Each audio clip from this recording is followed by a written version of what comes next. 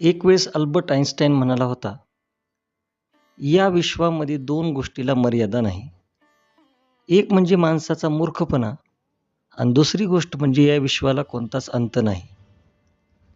त्यावर आइन्स्टाईनला समोरून प्रश्न विचारण्यात आला, की या दोन्हीपैकी कोणती अशी एक गोष्ट आहे, की जी तुम्ही निश्चितपणे सांगू शकतात, की त्याला कोणतीही सीमा नाही.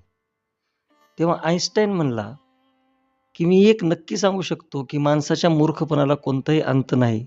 कदाचित या विश्वाला एखादी सीमा असेल. माणसाला जीवनात नेमकं काय पाहिजे हे आणखी त्याला समजलेलं नाही.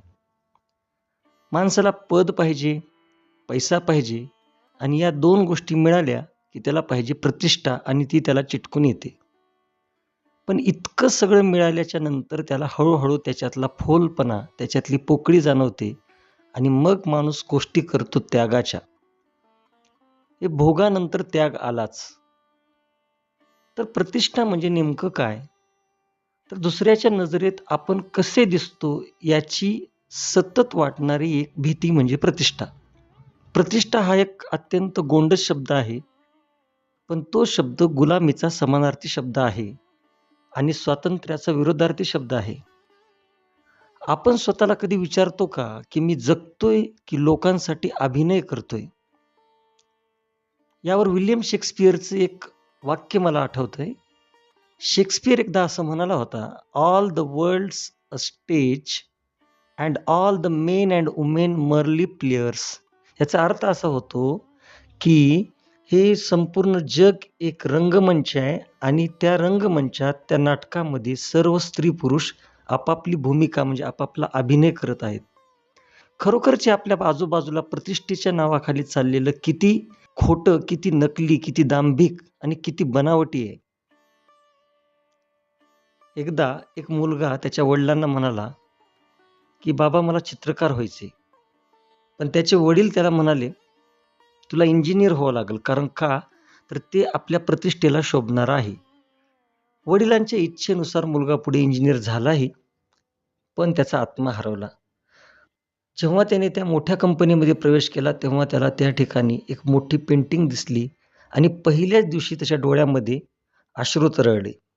कारण त्याचा मूळ छंद होता पेंटिंग, चित्रकारिता. नकळत त्याच्या डोळ्यामध्ये अश्रू दररोज यायचे. कारण ती पेंटिंग त्याला जाणीव करून द्यायची, की तुझं शरीर म्हणजे सध्याला आत्म्याविना असलेलं शरीर आहे. हे सगळं कशासाठी? प्रतिष्ठेसाठी. आपल्याला दररोज एक अनुभव येतो. लोक पहिल्याच भेटीत प्रश्न विचारतात, की तुम्ही काय करतात?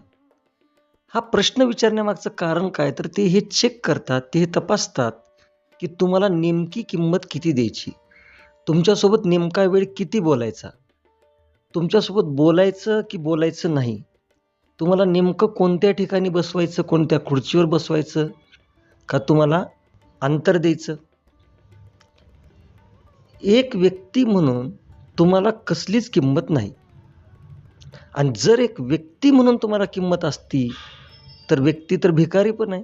पण भिकाऱ्याला कोणती किंमत नाही. कारण आपण एक उदाहरणानं हे समजून घेऊ. आपण एक संख्या गृहीत धरूच समजा 100.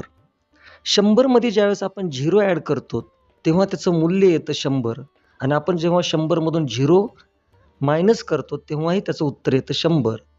आता तुम्ही या ठिकाणी 0ला समजा स्वतःचं अस्तित्व. मग मला सांगा, तुमचं नैसर्गिक अस्तित्व तुमच्या प्रतिष्ठेमध्ये म्हणजे पद, पैसा या सगळ्यामध्ये जर तुम्ही तुमचं नैसर्गिक अस्तित्व मिळवलं किंवा घटवलं, त्यामुळे कोणताही फरक पडत नाही. जसा की 100 मध्ये 0 मिळवला काय आणि 100 मधून 0 मायनस केला काय, त्या संख्येला काहीही फरक पडत नाही. त्याप्रमाणे तुमच्या स्वतंत्र नैसर्गिक अस्तित्वाला किंमत नाही. तर ती किंमत आहे तुमच्या पदाला, तुमच्या पैशाला. कारण लोकांचे तुमच्याकडे काम पडतात. लोक त्याला रिस्पेक्ट देतात. राष्ट्रपती एक व्यक्ती म्हणून त्याला तो मान नाही, तर त्या पदाला, त्या पदावरच्या खुर्चीला मान आहे. तुम्ही कधी रिटायर झालेल्या व्यक्तीची अवस्था बघा. काल परवापर्यंतच्या अवतीभोवती सर, साहेब, मॅडम म्हणून वावरणारे लोक, आत्ता त्याला त्याच ऑफिसमध्ये गेल्याच्या नंतर त्या ठिकाणचा शिपाई आता व्यवस्थित किंमत पण देत नाही, चहा पण विचारत नाही, त्याला बसण्यासाठी सांगत पण नाही. तो रिस्पेक्ट, तो आदर, ती साहेबांनी प्रवेश केल्याच्या नंतर ती पडदा ओढून घेणं, ते गाडीचा दरवाजा काढणं बिलकुल नाही. कारण तो रिटायर झालेला आहे. आता तो त्या शिपायाच्या कोणत्याही कामाचा व्यक्ती नाही. तुम्ही व्यापार बुडालेल्या एखाद्या व्यापाऱ्याची अवस्था बघा. ज्यावेळेस तुमच्याकडून हे पद, हे पैसा, ही प्रतिष्ठा, हे सगळं गमावलं जाईल, त्यावेळेस तुमचं मूल्य शून्य होतं किंवा ना त्यापेक्षा कमी होतं. आपण इमेज टिकवण्यासाठी सोशल मीडियावर किती किती खोटं बोलतो. स्वतःला डाऊट यावा इतका सुंदर फोटो डीपीला ठेवतो. मग ते खोटं बोलणं, ते खोटंच हसणं, ती खोटी रिस्पेक्ट देणं किंवा घेणं, वारंवार समोरच्या व्यक्तीला सर, मॅडम, साहेब म्हणणं, त्याच्या हो मध्ये हो मिसळणं, इच्छा असो किंवा नसो, दुसऱ्यानं पाठवलेला good morning, good night, happy बर्थडेचा मेसेज पुढल्याला फॉरवर्ड करणं, हे सगळं किती दांभिक आहे, हे सगळं किती खोटं आहे, हे किती नकली आहे, हे आपल्यालाही माहिती आहे, हे समोरच्यालाही माहिती आहे. मला मिर्झा गालिबचं एक उदाहरण आठवतं. एकदा बादशाह बहादूरशाह जफरनं मिर्झा गालिबला दावतसाठी निमंत्रण दिलं. गालिब वेळेप्रमाणे त्या ठिकाणी जेवायला गेला, तेव्हा त्याला तिथल्या द्वारपालांनी अडवलं आणि त्याला सांगितलं की तुम्हाला प्रवेश देता येणार नाही. त्यावेळेस गालिबनं सांगितलं की मला बादशाहनं या ठिकाणी निमंत्रित केलेलं आहे. आता खरं तर या ठिकाणी ते द्वारपाल गालिबला ओळखतच नव्हते अशातला भाग नाही, कारण गालिबची तेवढी दिल्लीमध्ये प्रसिद्धी होती. पण एक गोष्ट त्या द्वारपालांना खटकत होती आणि बराच वेळ त्या ठिकाणी चर्चा झाल्याच्या नंतर शेवटी गालिबनं त्या ठिकाणाहून काढता पाय घेतला. कारण गालिबच्या एक गोष्ट लक्षात आली की त्याला प्रवेश नाकारण्यात का येत होता. कारण गालिबच्या अंगावर बादशाहच्या त्या पंक्तीला बसण्याच्या लायकीचे कपडे नव्हते. मग बादशाहची जी प्रतिष्ठा आहे ती खालावली असती, हा त्यामागचा अर्थ होता.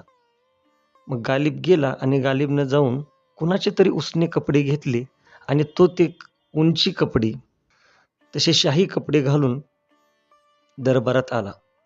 ज्यावेळेस तो येत होता त्यावेळेस त्या द्वारपालांनी साधं त्याच्याकडे बघितलं पण नाही, त्याची कशी उलटसुलट चौकशी पण केली नाही आणि फक्त त्याच्या कपड्यावरून गालिबला प्रवेश देण्यात आला. ज्यावेळेस गालिब बादशाहच्या बाजूला जेवणासाठी बसला, तेव्हा गालिबनं ते जे काही मिष्टान्न होतं ते एक एक करून त्या सदऱ्याच्या खिशामध्ये भरायला सुरुवात केली. बादशाह अचंबित झाला. बादशाहनं गालिबला प्रश्न विचारला की गालिब, तू हे काय करतोस? तेव्हा मिर्झा गालिब म्हणाले की तुम्ही ज्याला निमंत्रित केले, मी त्याला हे अन्न खाऊ घालतोय. बादशाहला काही समजलं नाही. तेव्हा बादशाह म्हणला की मी तर तुला आमंत्रित केलेलं आहे. तेव्हा गालिब म्हणला बादशाहला की तुमचं काहीतरी बोलण्यात चुकतंय. तुम्ही ह्या महागड्या कपड्यांना ह्या ठिकाणी प्रवेश दिलेला आहे. तुमचा पाहुणा हा आहे. मी तर तेव्हाच आलो होतो. मी आलो आणि परत गेलो. त्यानंतर एका शरीराला अडकवलेल्या ह्या कपड्यांनी प्रवेश केलेला आहे आणि ते तुमचे पाहुणे आहेत. बादशाहला गालिबच्या बोलण्याचा अर्थ समजला. लोक काय म्हणतील या 3 शब्दाने आपलं जीवन अख्खं पोखरून निघाले. डोक्यावर कर्जाचा डोंगर आहे, पण लग्नात लोक लाखो रुपये खर्च करतात.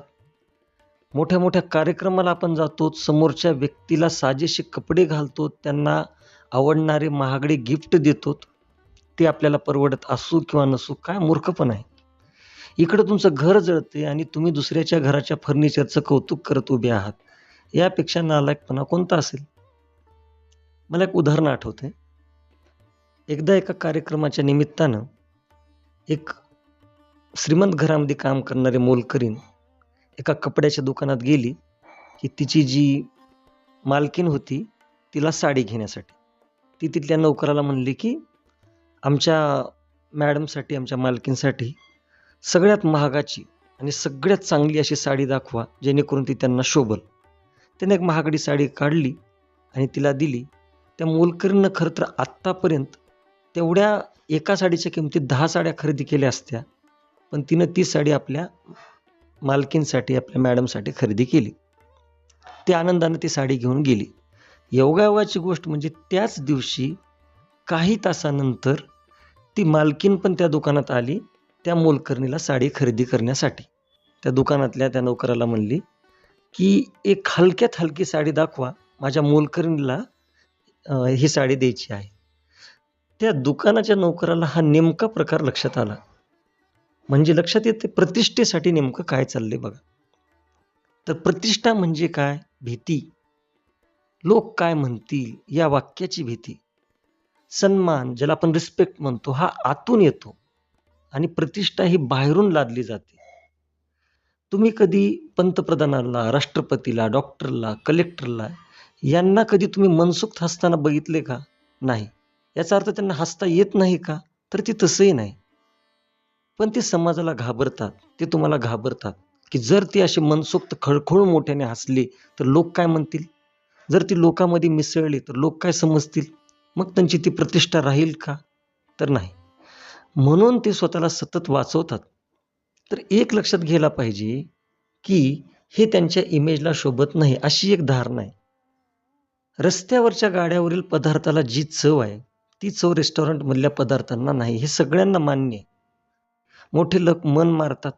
भरपूर इच्छा होते रस्त्यावरच्या गाड्यावरचं खाण्याची, पण नाही, ते आपल्या प्रतिष्ठेला शोभणार नाही. म्हणून त्यांचं ते आयुष्यभर खाणं राहून जातंय. आणि काय गंमत आहे बघा, श्रीमंताच्या घरामध्ये एक भयान शांतता आहे. सगळे गंभीर आहेत. सगळ्यांचे चेहरे ओढल्यासारखे आहेत. कारण आपण श्रीमंत आहेत. आपण उच्च शिक्षित आहेत. आपल्याकडे पैसा आहे, समाजात प्रतिष्ठा आहे. मग आपल्याला असं जोरजोरात बोलता येणार नाही, जोरजोरात हसता येणार नाही. खुलेआम एकमेकांविषयी प्रेम दाखवता येणार नाही. आणि रस्त्यावरच्या एखाद्या झोपडीत, रस्त्याच्या बाजूला पाल ठोकून ज्या ठिकाणी पावसाचं पाणी साठलेलं आहे, साचलेलं या ठिकाणची लहान-लहान लेकरं, ज्यांना कित्येक दिवस अंघोळ नाही, पोटात अन्नाचा कण नाही, खेळण्याची साधनं नाहीत, हे मुलं मात्र मस्तपैकी त्या पावसाच्या पाण्याचा आनंद घेतात. मस्तपैकी खेळताना, मनमोकळेपणाने हसताना दिसतात. काय विरोधाभास आहे. तर प्रतिष्ठा म्हणजे समाजाने तुमच्या गळ्यात टाकलेली साखळी आहे. तुम्ही ती साखळी सोन्याची आहे म्हणून खुश आहात, पण ती साखळी आहे हे आपण विसरून जातो. पिंजरा मग तो सोन्याचा असो की लोखंडाचा असो, आपण एक विसरतो की शेवटी तो त्या पक्ष्याचा तुरुंग आहे. जोपर्यंत मला लोक काय म्हणतील याची पर्वा करणं आपण सोडणार नाही, तोपर्यंत तुम्ही एक सुसंस्कृत, प्रतिष्ठित कैदी आहात हे विसरून चालणार नाही. धन्यवाद.